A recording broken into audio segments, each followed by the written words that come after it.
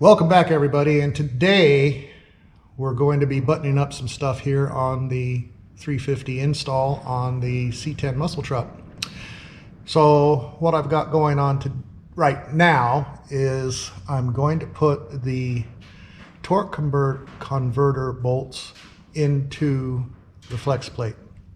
Now I had to go shopping for some bolts because the mount for this particular torque converter is very different than the one that I took off. Everything seems to be lining up and fitting as it's supposed to, but you just can't put the, I'll take you up here and show you. See, it's a solid block of steel here, and there's no way to put a nut back behind there when you come through the flex plate. So I will just use some grade 5 bolts, which is all I could find, and I will use some Loctite, and we'll call that good enough for now. It's not going on the track or having any severe duty use at this point. First 500 miles is just going to be putting around basically. So let me get you all up in here. Can you guys see that? Yeah. All right. So I pretty much have this lined up for the bottom 2 bolts. Now what we need to do is check the distance between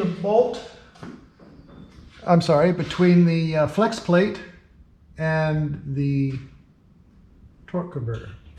So the distance, I believe, is supposed to be between 1/16 and 3/16.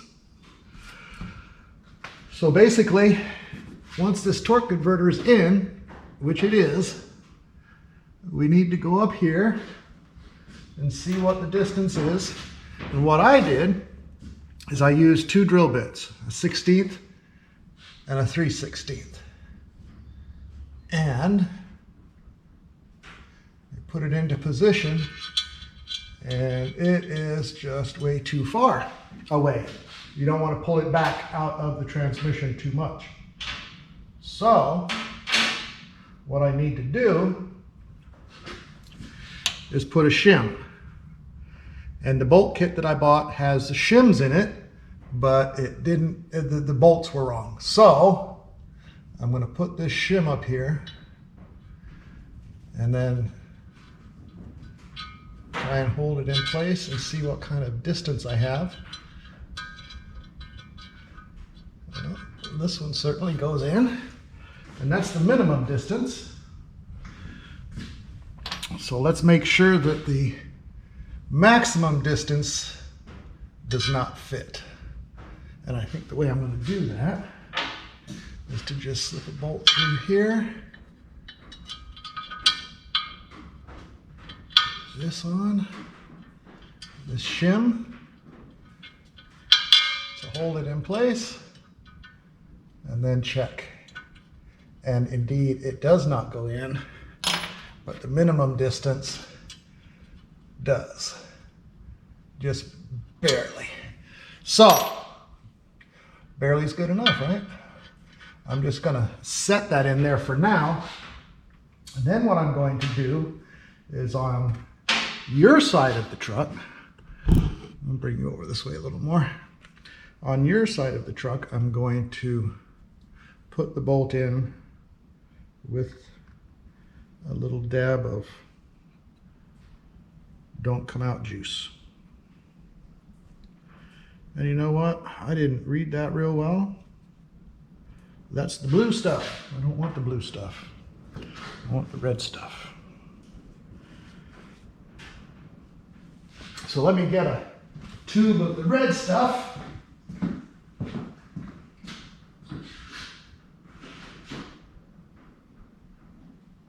Red. So I've got a couple tubes of red, a couple tubes of blue, and we can just open up a new one here.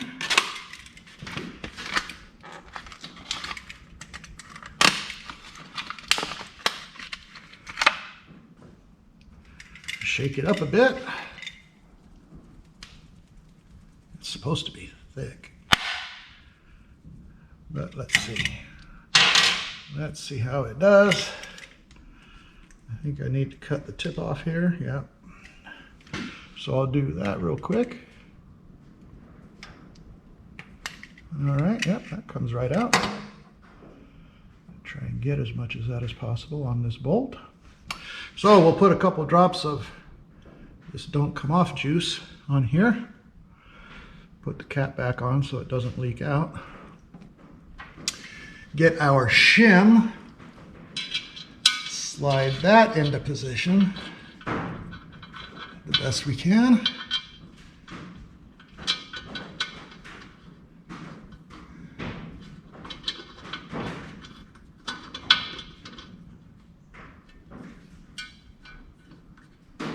Huh.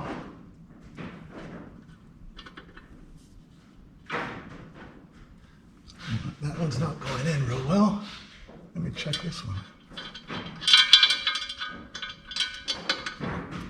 That wasn't threaded. Huh. I wonder if they sent me the wrong thread bolts. And that would be a big problem right now. Yep, that's what it is. But I need it a little longer than that. I need 1 inch. I guess that's 1 inch by 20. Let's see if I got some of those. Well, let me check these. I did buy some other 1 inch fasteners, but these may not be the right size. See, this is something I should have checked. Well, it's the same as that. Now let's see what this is. This is grade 8. So let's see if that goes in there. Yes, it does. But it appears that it's too long. So these are 1 inch. I guess I need 3/4, and I'm guessing that's what this is. Yeah.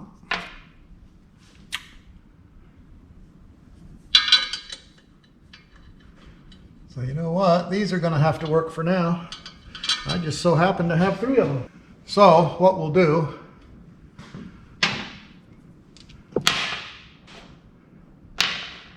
we'll take the, where's the bolt with the juice on it?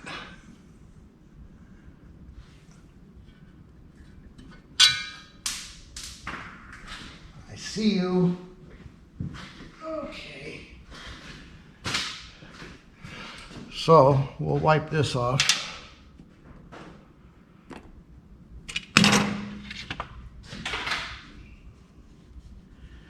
And save these for something else.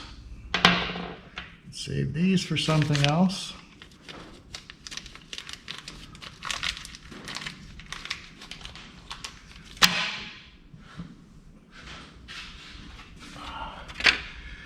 And we'll use these fasteners.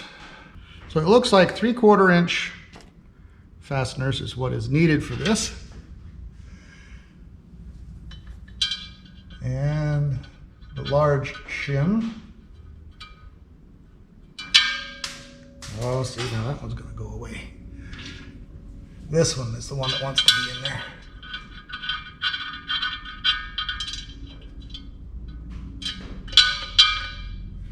How much thread am I going to get in there?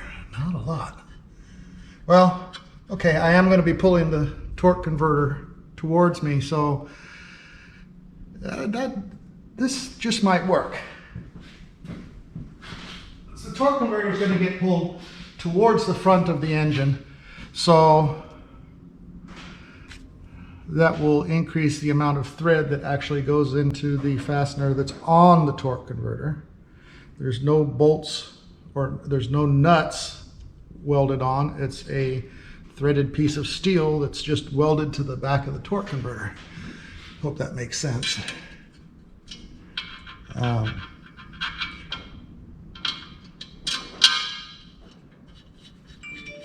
These go right in, and since I've got two there now, what I will do is tighten them up a little bit. We'll just go with tightening a little bit at first, and then we'll go around and tighten everything to spec. And the reason I'm doing this now is because I want to put. Now, what I want is my flashlight, which I believe is on the top of the tire. Yep. And I want to see if that fastener came all the way through that threaded piece of steel, which it is, you know, like one thread away from that back of that piece of steel. So when torqued, I think that's where we need to be. So let me snug these up.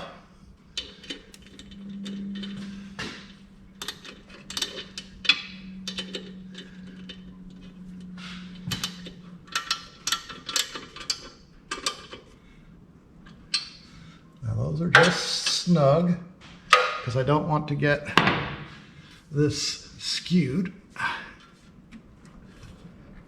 Now, why, you say? Is he able to turn this?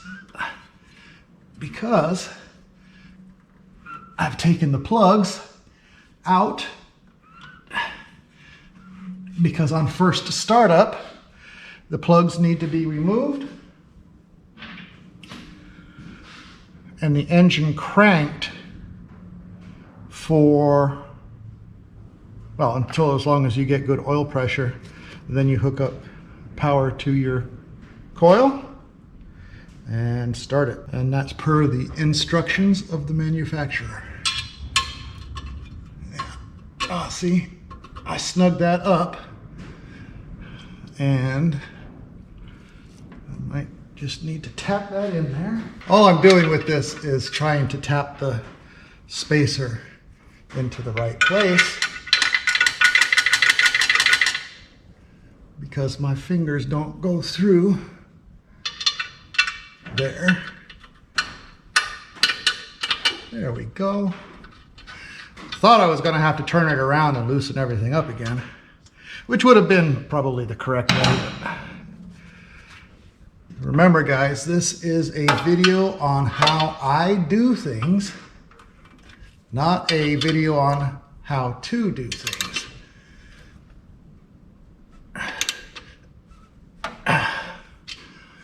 Okay, that's snug. But I think I want to try and get a little more than snug. So let us put a little leverage onto this and try and hold it and not trap my fingers. Okay, it says, when I looked online, depending on who you ask online, between 45 and 65 foot-pounds, which is snug. And let's see if that's where we already are. And if that's the case, then we'll move it up to 60.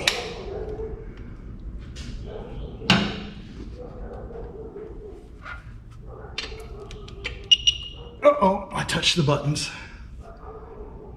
Oh, it went back up to 65. All right, let's just leave it at 65. And see.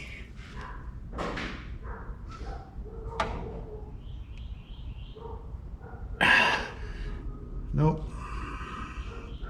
I think that's too much. Let's go 45.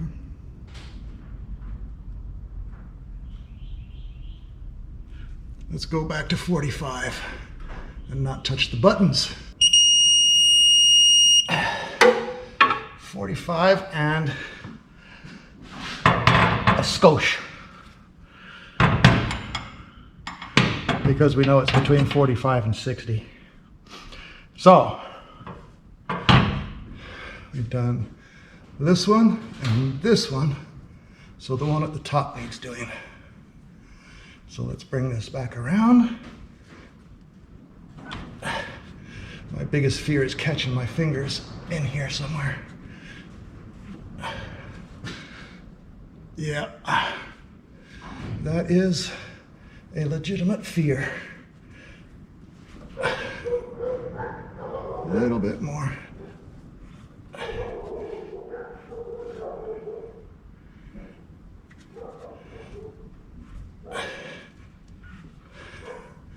There we go. One more.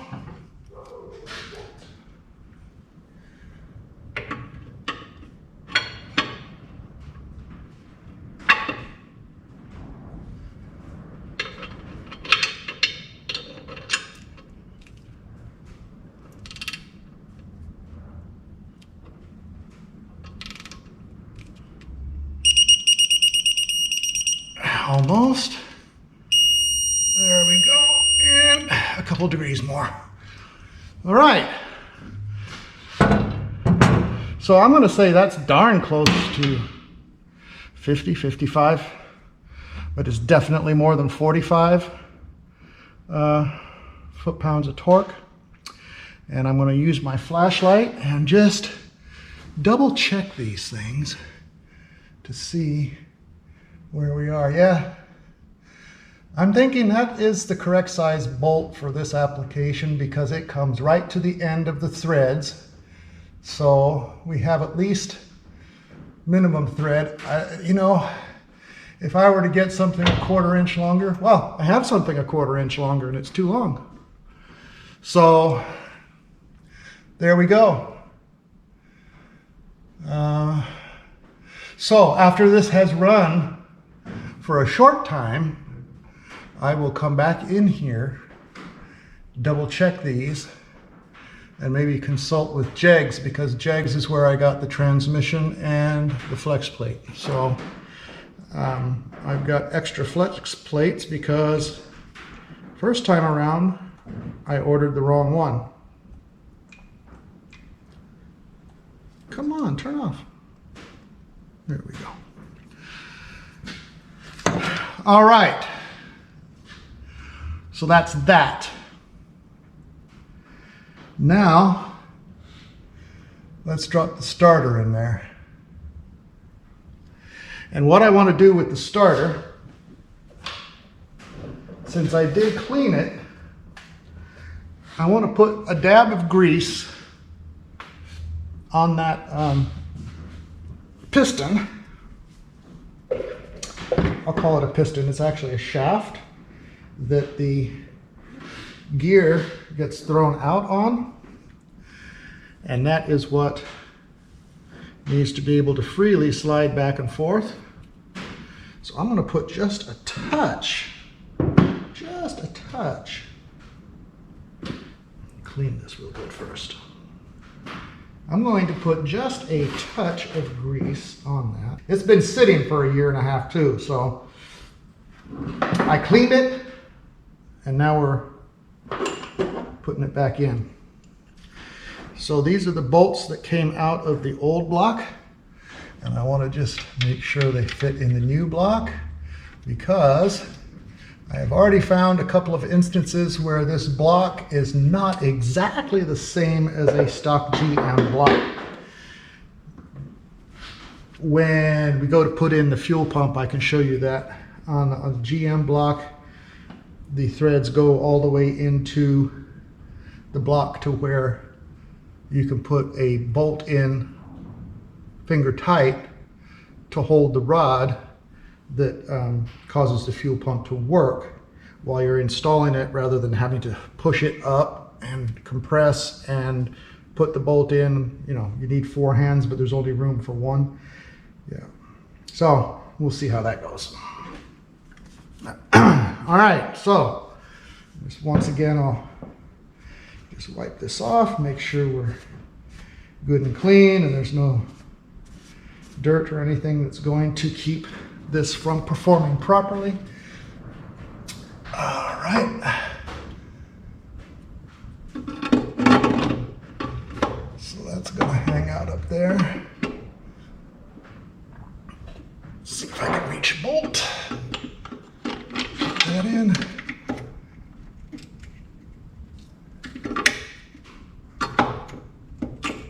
If it doesn't go in finger tight, I'm not putting a ratchet on it because I don't want to strip anything. So let's try the other one.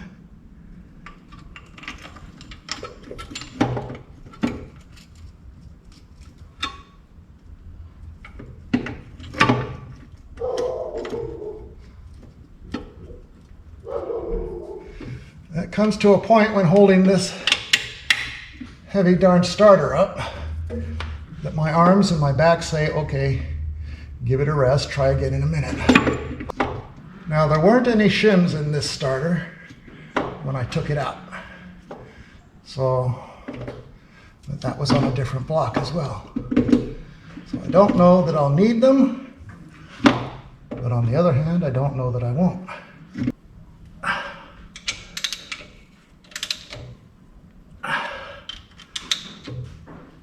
So, once I've run this for a while, I will be coming back and I will be marking each nut and bolt that I check, and I will check every nut and bolt. I'll mark them with the yellow paint pen because I don't want anything falling apart. So, is there room? Yeah. Is it going to need a shim? Doesn't look like it. You know, that looks like it's going to work. I'm sure there's a more scientific method, like trying it, but we're going to leave it at that for now. I'm going to tighten this up just a little bit more.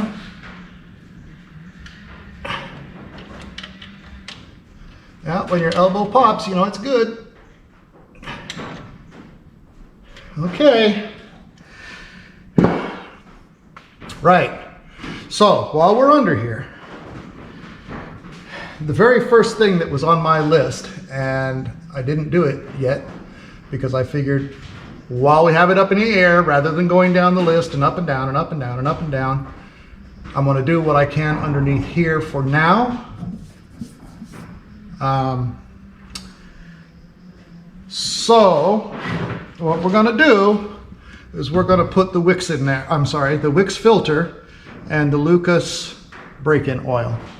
30 weight break-in oil from Lucas, which is high zinc. And the instructions that came with the engine said, fill your filter with oil and put it on. Then put the rest of the 5 quarts in the crankcase. So I've had this soaking for a bit and it has absorbed a bit of the oil, so we will put this filter on now. I've already lubricated the seal. Man, this is like this is like getting somewhere now. I don't know if you can hear it in my voice or not, but I'm totally excited about where we are today. Now what I did do is I wrote down the date. Why didn't I write down the mileage? Simple. The mileage that's on the odometer right now is not going to change because my transmission does not have a speedometer gear and you're not to put one in. One of the things that I want to do is put a set of digital gauges in it that'll have a GPS speedometer. So I'm not concerned about the speedometer hookup. However, does it even hook up? I mean, it'll slip in there, but there is a clamp that goes on there to hold it in. I'm going to get another drive shaft because the one I have is old and rusty and crusty. So I am going to get another one, but for now, good enough for now, we'll put the old one back in, because like I said, we're not getting on it. We're not getting on it. Those Bluetooth gears will they'll just fly right out the back end. The Bluetooth springs. So, use that little screwdriver. There's some real hard, crusty stuff on here. And if I do have that clamp, while I'm here, I'm going to slip it off the other transmission, drop this in, because otherwise I could very well forget that it needs to go on, pour the transmission fluid in, and it will end up all over the floor. Let's bring you guys over here so you can see. And bring you down a little bit. There we go. Oh, GoPro's nice and hot. All right, so let me bring you over here with the flashlight. There it is. So, if you can see in there, I don't know if you can see in there or not, but there is no speedometer gear. Okay. I'm hoping, see, this is the speedometer gear here. That's the speedometer gear, it's nylon gear, and it fits right in here, and this goes into the transmission. Now, I wonder if that cable that gear drives will slip out if I don't have the gear attached. I don't know. So what I'm going to do today is call JAGS and tell them, look, this is the situation. I called them once before because it seemed like maybe this transmission was used. It had a rear seal in the box that had been taken out with a screwdriver, obviously. But what they said was these are all dyno tested. So A, it's going to have oil in it, and that's why you have leakage into the box. And B, they remove the seal so that you can put your own in. You know, because on the dyno, did it ruin that seal or not? Who knows? So they want you to put a new, fresh seal in there. I'm going to call them and see if it's okay to just put this in without the gear. And if not, I'm going to have them send me not a plug, some sort of something that will fit on there to keep it from leaking. I'm sure there is such a thing. There has to be, because so many people don't run speedometers. What do they do? Just do what I just did? I don't know. I'm going to find out though. All right, so that is not in, that is just on there. We have your nice chrome pan.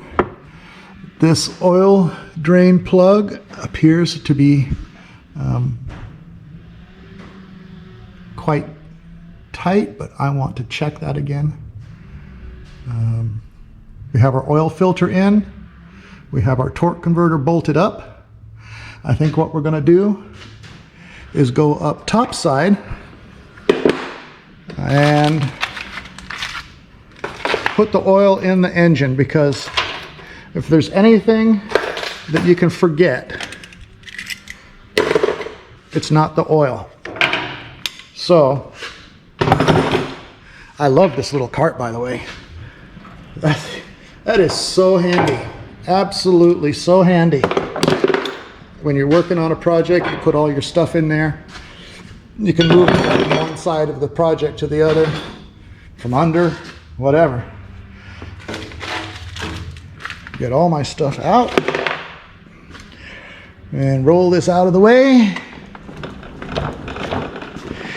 And what I will do at this point is bring the truck down. I will pour in the rest of the 5 quarts after I've checked to make sure that the oil pan plug is in fact snug.